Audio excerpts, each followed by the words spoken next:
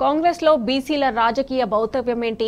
Parliament ఎన్నికల్లో వారికి న్యాయం జరిగేనా లేక అసెంబ్లీ ఎన్నికల తరహాలోనే హ్యాండ్ ఇవ్వనుందా అన్న సందేహాలను బీసీ నేతలు వ్యక్తం చేస్తున్నారు. లోక్సభ ఎన్నికల్లోనైనా బీసీలకు పెద్దపీట వేయాలన్న కాంగ్రెస్ సీనియర్ నేత విహెచ్ వ్యాఖ్యలు ఇప్పుడు హస్తం పార్టీలో హాట్ టాపిక్ గా మారాయి.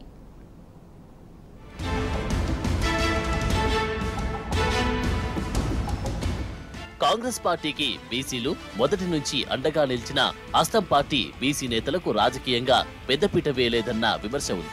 గత అసెంబ్లీ ఎన్నికల్లో ప్రతి పార్లమెంటు నియోజకవర్గ పరిధిలో 2 స్థానాలు ఖచ్చితంగా కేటాయించాలని పార్టీ నిర్ణయించినప్పటికీ ఆచరణ సాధ్యం కాలేదు.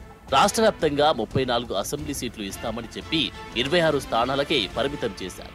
అయితే రానున్న పార్లమెంటు ఎన్నికల్లో అయినా బీసీలకు సముచిత స్థానం ఇవ్వాలని ఆ సామాజిక వర్గం నేతలు డిమాండ్ చేస్తున్నారు. అయితే రాష్ట్రంలో 17 పార్లమెంటు స్థానాలకు గాను 5 రిజర్వ్డ్ స్థానాలున్నాయి. అందులో 3 ఎస్సీలకు రిజర్వ్ అవగా 2 ఎస్టీ రిజర్వ్డ్ స్థానాలున్నాయి. మిగిలిన 12 ఎంపీ సీట్లలో కనీసం 5 ఎంపీ సీట్లు అయినా బీసీలకు కేటాయించాలంటున్నారు. దీనిపై తాజాగా విహెచ్ చేసిన వ్యాఖ్యలు హస్తం పార్టీలో ఇప్పుడు హాట్ టాపిక్ గా మారాయి.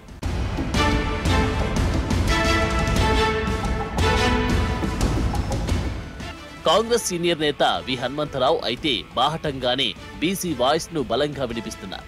అసెంబ్లీ ఎన్నికల్లోనే బీసీలకు అన్యాయం జరిగిందని, పార్లమెంటు ఎన్నికల్లోనైనా న్యాయం చేయాలని ఆయన డిమాండ్ చేస్తున్నారు.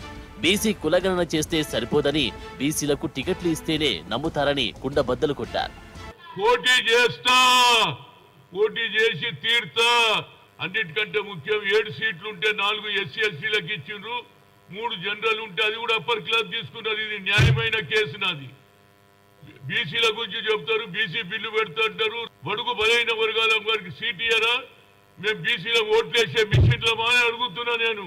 ఎన్ని రోజులు ఊరుకోవాలండి? అరే ఎవరు కొత్త వచ్చిన వాళ్ళు నాకే కావాలంటే మరి మేము ఎక్కడ పోవాలి? ఒరిజినల్ కాంగ్రెస్ వాళ్ళ పరిస్థితి ఏంది?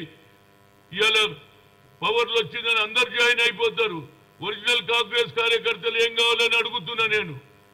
కాంగ్రెస్ లో బీసీలకు జరుగుతున్న అన్యాయాన్ని నిరసన గలం వినిపిస్తూనే ఉంది. బీసీలకు జరుగుతున్న అన్యాయాన్ని నిలదీస్తూ సీనియర్ నేత పొన్నాల లక్ష్మయ్య ఆ పార్టీలో తనకున్న 40 ఏళ్ల రాజకీయ అనుబంధాన్ని వదులుకొని మరీ అప్పట్లో బీఆర్ఎస్ లో చేరారు. అలాగే చాలా మంది బీసీ నేతలు ఆయన బాటలో నడిచారు. మరి అసెంబ్లీలో ఎన్నికల సీట్లలో అన్యాయం జరిగినప్పటికీ వచ్చే పార్లమెంటు ఎన్నికల్లోనైనా బీసీలకు టికెట్లు దక్కుతాయో లేదో చూడాలి.